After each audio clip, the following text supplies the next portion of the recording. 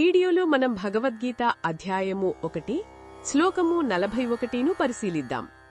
నమస్కారం. శ్రీకృష్ణ పరమాత్మకు తన ఆవేదనను తెలియజేస్తూ అర్జునుడు యుద్ధం వల్ల కలిగే ఘోరమైన పరిణామాలను వివరిస్తున్నాడు.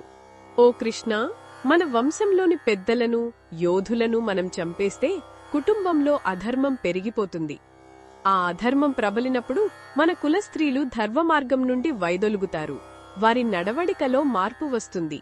అలా స్త్రీలు ధర్మం తప్పినప్పుడు ఓ వృష్ణివంశీయుడా, వర్ణసంకరం పుడుతుంది. అంటే కుటుంబాలు, వంశాలు కలగాపులగం అయిపోతాయి. ఈ వర్ణసంకరం అంటే ఏమిటి? ఇది కేవలం కులాల కలయిక మాత్రమే కాదు. ప్రతి కుటుంబానికి కొన్ని ప్రత్యేకమైన సంప్రదాయాలు, ఆచారాలు, కులధర్మాలు ఉంటాయి. ఇవి తరతరాలుగా వంశాన్ని కాపాడుతూ వస్తాయి. వర్ణసంకరం జరిగినప్పుడు ఈ పవిత్రమైన సంప్రదాయాలు నశించిపోతాయి.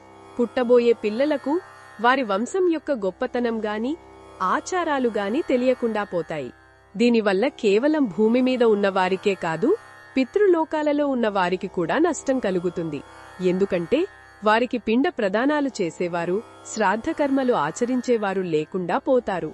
దానితో ఆ పితృదేవతలు కూడా తమ పుణ్యాన్ని కోల్పోయి నరకానికి పడిపోతారని శాస్త్రాలు చెబుతున్నాయి. అర్జునుడి భయం అంత తీవ్రమైనది. అతను తన ఒక్క చర్యతో తన వంశం యొక్క గతాన్ని, వర్తమానాన్ని, భవిష్యత్తును కూడా నాశనం చేస్తున్నానేమో అని కుమిలిపోతున్నాడు.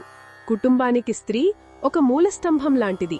ఆమెను కాపాడాల్సిన ధర్మం దెబ్బతింటే మొత్తం సమాజమే పతనమవుతుంది అనేది అతని వేదన. మన చర్యల ప్రభావం కేవలం మనపై మాత్రమే కాదు, మన చుట్టూ ఉన్నవారిపై, మన ముందు తరాలపై, మన వెనుక తరాలపై కూడా ఉంటుందనే గొప్ప సత్యాన్ని అర్జునుడి ఆవేదన మనకు నేర్పుతుంది. ధర్మాచరణ అనేది వ్యక్తిగత బాధ్యతే కాదు, అది ఒక సామూహిక కర్తవ్యం.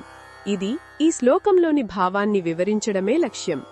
మరిన్ని భగవద్గీత శ్లోకాల అర్థాన్ని తెలుసుకోవాలంటే మా తదుపరి వీడియోలను తప్పకుండా చూడండి.